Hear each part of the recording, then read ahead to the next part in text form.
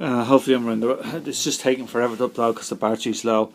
And so we're in late July, early August, 2006. This is the last time we've been hospital for a long, long time.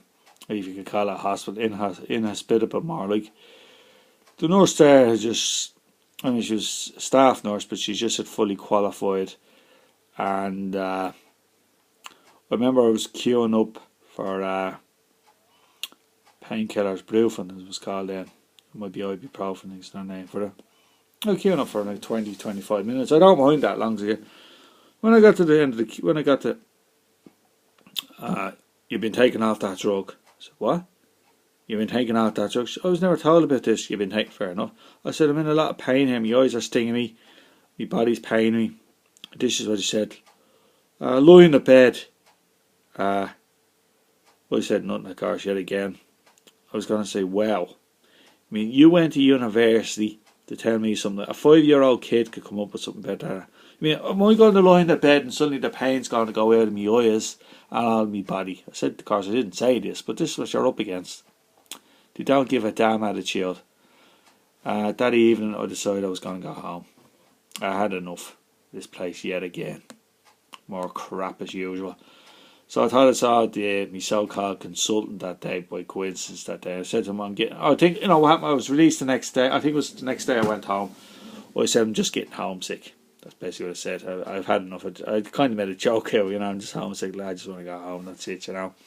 So I think it was the next day.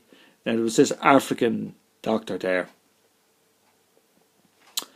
I couldn't even, my last meal before I left the place, couldn't even finish it. She wanted to talk to me. It was a load of rubbish.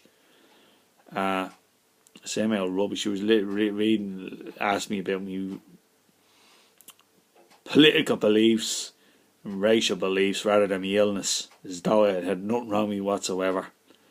An African doctor in your own country being interrogated. It was a bit like if I went to Africa and I was working in a hospital, you wouldn't be on the money she's getting. I started interrogating some patient there, asking them what their political beliefs were and their racial beliefs, and gave no mention whatsoever of their illness. So that evening, anyway, she said, this is what she said: would you come to the name of the place? I forget the name. It's called. I call it.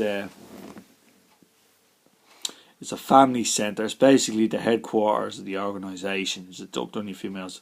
She said to me it was urgent, something like that. Oh yeah, really urgent. She said, yeah, I think she said that, really urgent. So yet again, I'm now 32 years of age. I've been in it since the age of 14, and I still believed her.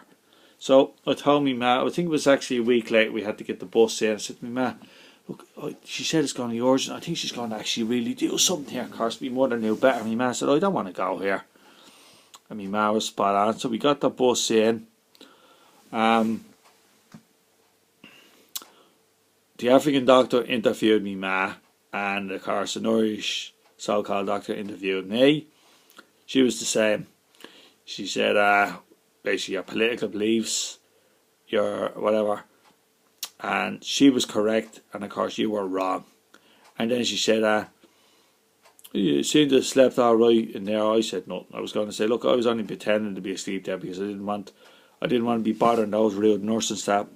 What I really should have said, well, oh right, is that right then? Okay, fair enough. Okay, so maybe I do. I was also told by a certain doctor and one or two after I went there that I'd never go bald and that it was all in my imagination and that I had delusions about hair loss.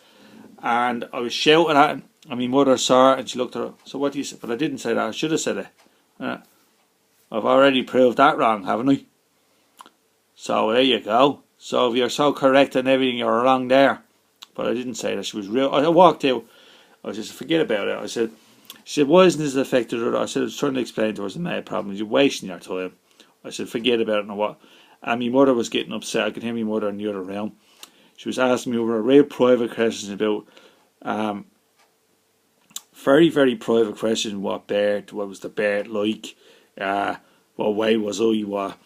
All these very, very personal. My mum was shouting, you know, I don't want to be answering these questions. And the same old rubbish I've been hearing since the age of 14. They just talk you to death and they're just nosy And my mother left the night. My ma said when she looked at me in the room, she said, that doctor you were seeing isn't even a real doctor. And I'm not, no, she's not being racist. You're the one's foreign and she knows nothing about Irish people.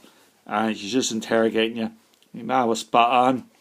You're wasting your time. So if they tell you, any doctors tell you to come in and they tell you it's very urgent, do not get your hopes up, because it could be the same bullshit you've been hearing from it, and it was even worse.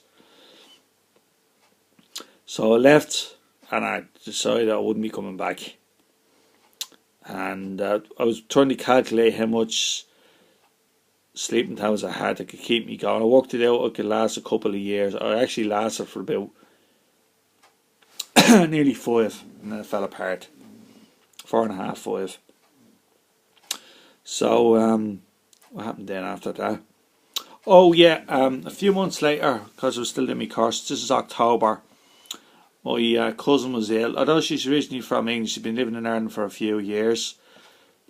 No, she wasn't. She was just in a general hospital. It was in a, it's kind of a poshy hospital, but it's not really any better than all the rest. None of them are any good anyway.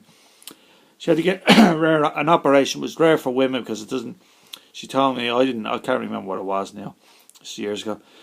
In fact, it affects men 10 times more often than women for some reason. I forget what it is. It's very rare for women to get it. And she said she was just very unlucky, obviously, to get it. And of course, I tried my best. I was actually on my Halloween holidays by coincidence. So I tried my best to visit her every day. I would get the train mostly. Okay? My aunt, to be fair, to the bus, because she didn't know the area too well. And so the next time I join you, it's around October, Halloween 2006. God bless. Bye. Thanks, everybody.